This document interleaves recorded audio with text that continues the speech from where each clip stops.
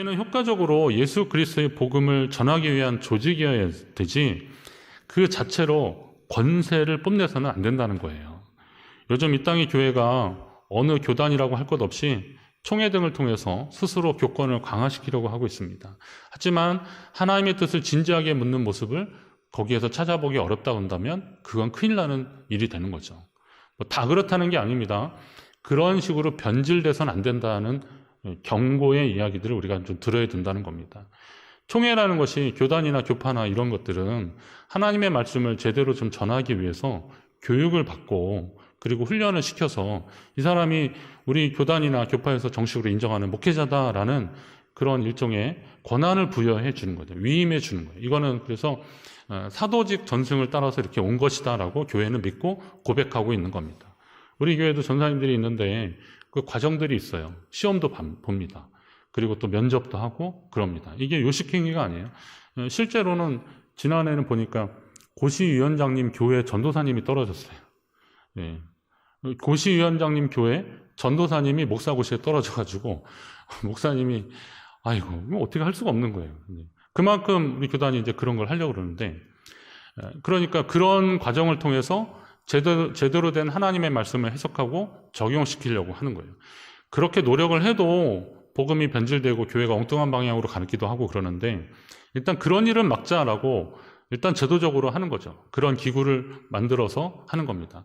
물론 교단과 교파가 계속 내가 좀 뭐 좀 해보려고 그러는데 누가 반대하고 그래서 서로 싸워가지고 갈라지고 그러면 이건 나중에 하나님 앞에 참 책임을 묻게 될 것 같아요. 그러니까 그런 거는 빼고 전해진 복음들이, 그리고 우리 교단만 해도 그렇습니다. 우리 교단만 해도 정말 은혜 받은 순수한 청년들이 다른 공부하러 갔다가 거기서 신학교를 가서 공부하고 와가지고 그냥 노방전도하고 막 그래서 사람들이 막 모여드니까 그래서 자연스럽게 생긴 게 성결교회거든요.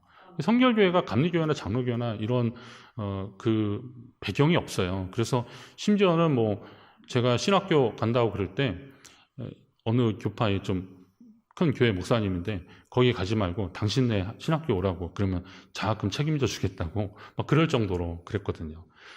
그렇지만 그래도 이 복음의 순수성을 가지고 있어요. 근데 저희 교단이 뭐 그래서 유일하다, 최고다 이런 말씀을 드리는 게 아니에요.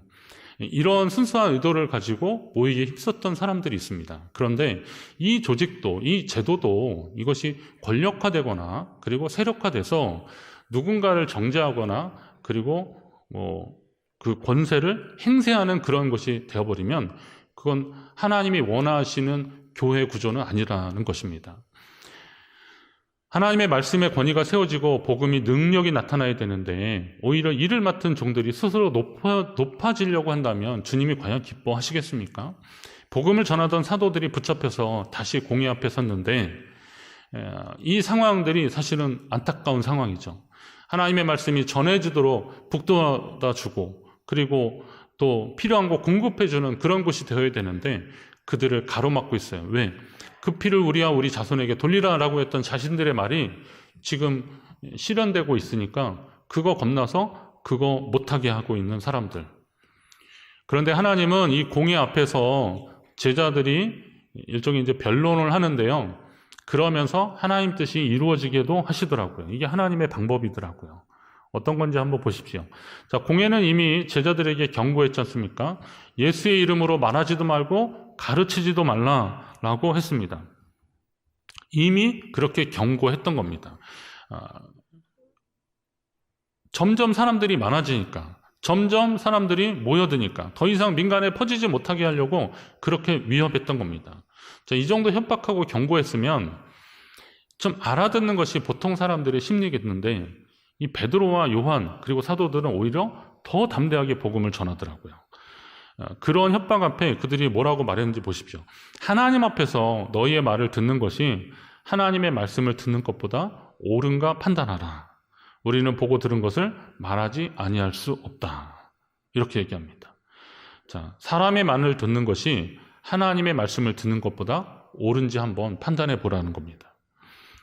이 대답은 나중에 사도 바울의 갈라디아서에 그런 비슷한 고백이 나와요. 이제 내가 사람들에게 좋게 하랴 하나님께 좋게 하랴. 사람들에게 기쁨을 구하랴? 내가 지금까지 사람들의 기쁨을 구했다면 그리스도의 종이 아니라. 그렇게 얘기합니다.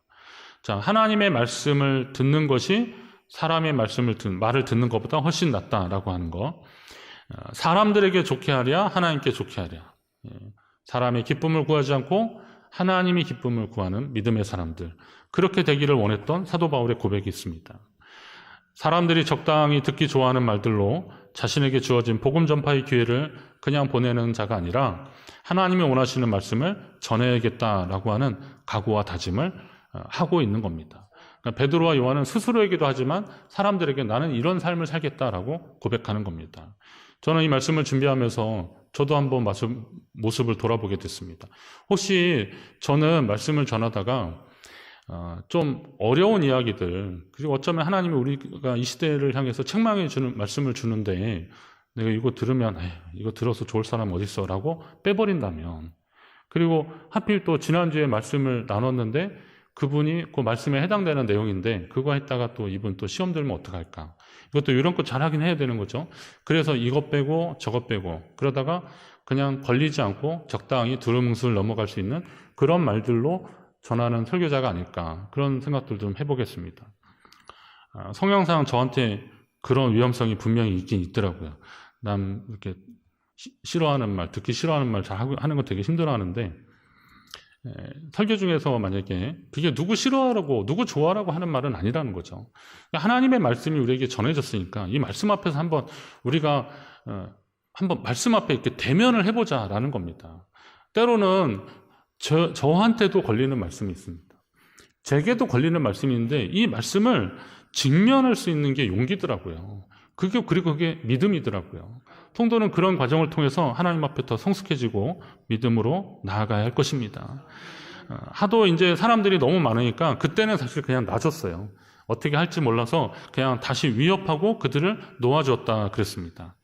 자, 우리가 보고 들은 것을 말하지 않을 수 없다라고 하는 것은 좁은 문, 좁은 길로 가는 사람들의 특징입니다. 주님이 말씀하신 좁은 문, 좁은 길로 가는 사람들의 특징. 환영받지 못하고 대신에 그 길에 고난과 핍박이 있을 것을 알지만 주님이 가신 길인 줄 알고 포기하지 않고 끝까지 나아가는 저와 여러분 되시기를 간절히 바랍니다. 그렇게 제자들이 노임받은 후에 교회와 성도들은 더 하나님 앞에 하나 되기 시작했습니다.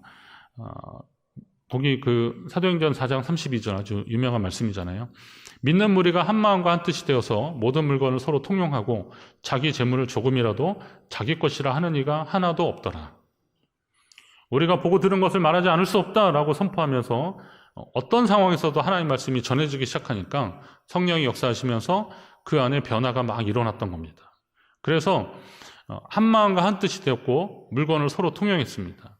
저는 여기에 기록된 내용이 너무 이상적이라서 과연 우리 시대에 이런 게 가능할 것인가 하는 생각이 좀 들더라고요. 나누어주고 베풀어주는데 재물을 내 것이라, 자기 재물을 조금이라도 자기 것이라 하는 이가 하나도 없었다 그랬는데 이게 교회 공동체 안에서 가능할까?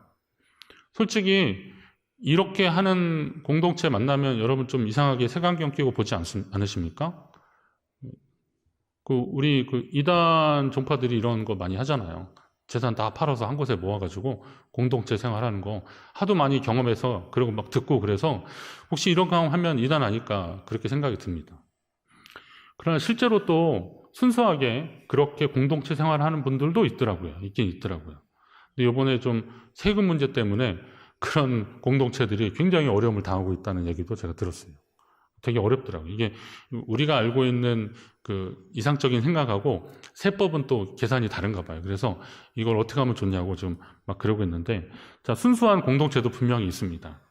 우리가 그렇게 못해서 안타깝고 그러긴 하죠. 그러면서 그런 생각을 해봤습니다. 어떤 사람들은 인류의 역사를 계급투쟁의 연속이라고 그렇게 주장하는 사람도 있습니다. 서로 다른 이해관계를 가진 나라와 민족이 또 상대를 제압하듯이 개인과 개인도 사회에서 필요한 것을 얻기 위해서 싸우게 되는 그런 구조, 그리고 남의 것을 가져와야 내가 또 더해지는 그런 역사, 그런 구조들이 있다는 거죠.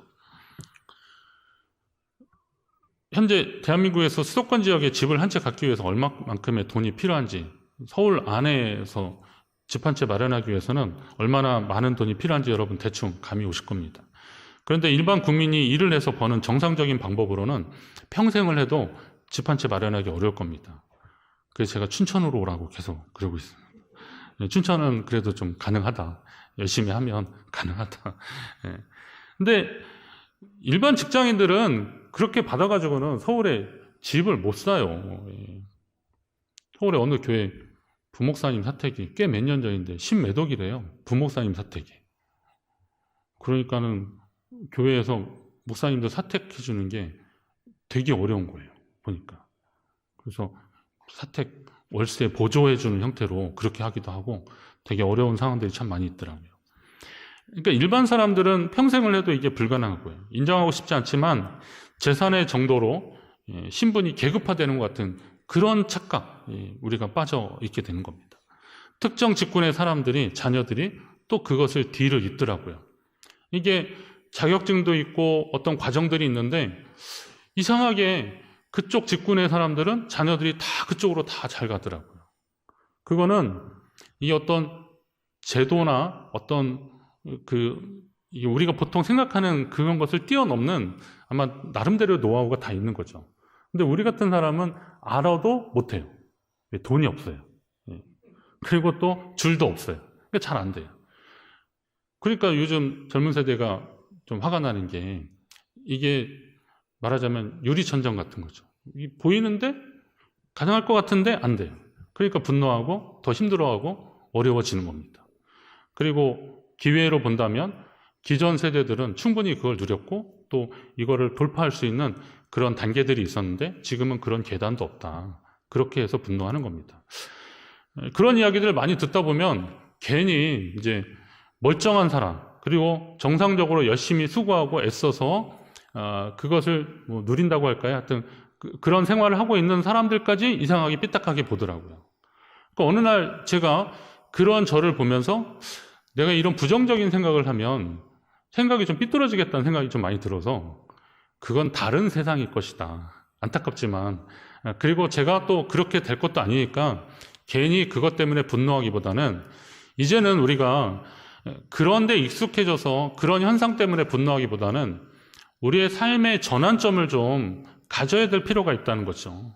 그러니까 오늘 초대교회 상황을 전해주는 내용을 통해서 우리의 삶의 방향과 방식을 다시 한번 설정해야 된다는 겁니다. 갈릴리의 어부들이었던 제자들이 예수님을 만났고 그리고 부활, 승천하시고 성령을 받았어요. 그러면 뭐 대표적인 사람이 베드로라고 한다면 베드로가 그렇게 된 다음에 갑자기 신분이 뭐 수직적으로 변화가 일어났습니까? 화학적인 변화가 일어났나요? 베드로는 그냥 베드로예요. 베드로는 그냥 베드로였던 거죠. 요한도 그냥 요한이었어요. 자, 그들의 신분의 변화가 일어난 것이 아닌데 그들은 지금까지 자기가 살았던 삶의 목적과 방향이 더 확실해졌다는 거예요. 성령 충만한 이후로 주님을 만난 이후로 그들의 삶의 방향이 더 확실해졌다는 것입니다. 하나님이 성령을 통해서 지금 자신들에게 맡기신 일이 무엇인지를 그들은 바로 알았던 겁니다. 그것은 바로 부활의 증인이 되는 삶이었습니다. 부활의 증인이 되는 삶. 이것을 위해서 하나님이 우리에게 성령을 선물로 주셨구나라는 것을 깨달았던 겁니다. 그러니 그들은 목숨의 위협 앞에서도 사명을 감당하기 위해서 주저하지 않고 믿음으로 선포하며 하나님 앞에 그리고 백성들 앞에 나아갔던 것입니다. 그것이 사람보다 하나님께 순종하는 일이다라는 것을 그들은 알았던 거죠. 사람에게 좋게 하는 일이 아니라고 했는데 하나님께 좋은 일을 선택하는 자가 되었다는 거예요. 여러분의 말과 행동의 기준이 사람보다 하나님이 되시기를 간절히 바랍니다. 하나님이 이 일을 위해서 우리를 증인으로 부르셨습니다. 근데 이 일을 혼자 하면 되게 어렵고 쓸쓸하고 아무리 좋은 일이라도 혼자 하면 좀 힘듭니다. 그래서 하나님은 우리 곁에 늘 돕는 사람을 붙여주셨습니다. 코로나19 한참일 때 온라인으로 예배 드릴 때 혼자서 가정에서 일어나시라면 또 일어나고 좀 이상했잖아요. 예. 저도 제가 어디 갔다 왔잖아요. 치료센터 갔다 왔는데 거기서 예배 드리는데 영 어색하더라고요. 저는 그냥 온라인 예배 드려도 여기서 계속 설교하고 말씀 나누고 그랬었는데, 제가 이제 온라인 예배자가 돼서 예배 드리니까 외롭더라고요. 예. 이렇게 마스크 쓴 분이라도 이렇게 만나면 좋은데, 끝나고 나서 아유 오랜만이라고 이렇게 인사하고 그런 분들 보는 게 너무 좋은데, 혼자 그러니까 괜히 예배 끝나고 그냥 전화나 하는 거죠. 잘 들었냐 뭐 그러는데 외롭더라고요. 예배도 그렇습니다. 그런데 하나님의 일도 마찬가지더라고요. 함께할 때 하나님이 더해 주실 줄로 믿습니다.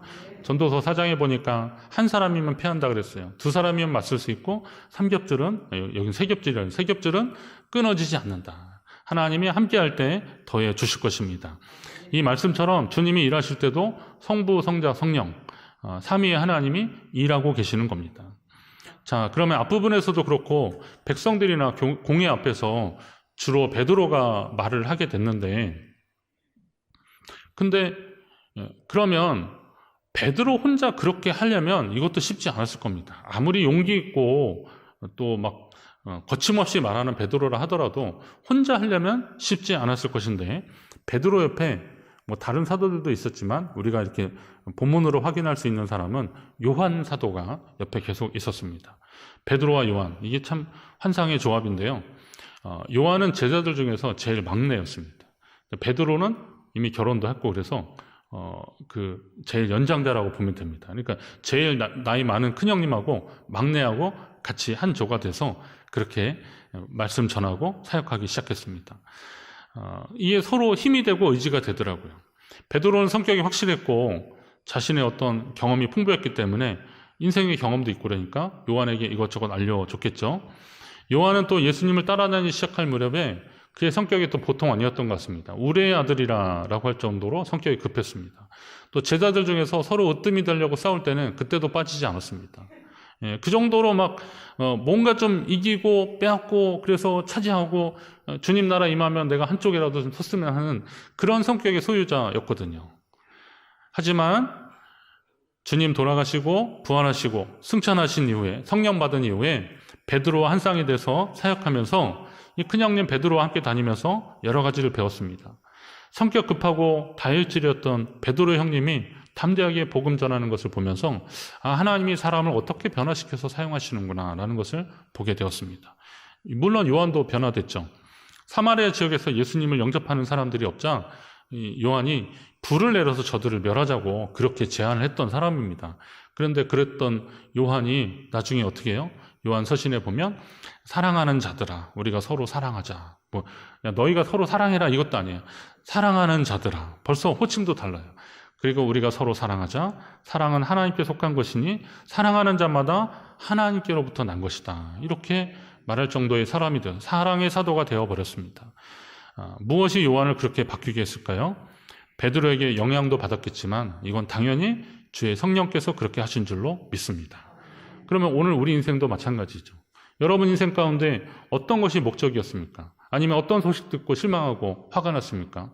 그런데 그런 실망하고 화가 나고 그리고 뭔가 좀 불끈불끈했던 그 에너지들이 과연 무엇을 위한 것들이었는지 한번 잘 생각해 보십시오. 그게 하나님 나라의 유익이 되었던 것들이 있을까요? 내가 그러지 못해서, 내가 가지지 못해서 괜히 그냥 상대적으로 느끼는 그런 감정들 아니었습니까? 차라리 그런 불필요한 감정들보다는 오늘 하나님이 성령을 통해서 내게 주시는, 내 삶을 통해서 역사하시는, 그리고 가르쳐 주시고 명령하시는 것이 무엇인지를 바로 깨닫는 자세가 중요하다는 겁니다.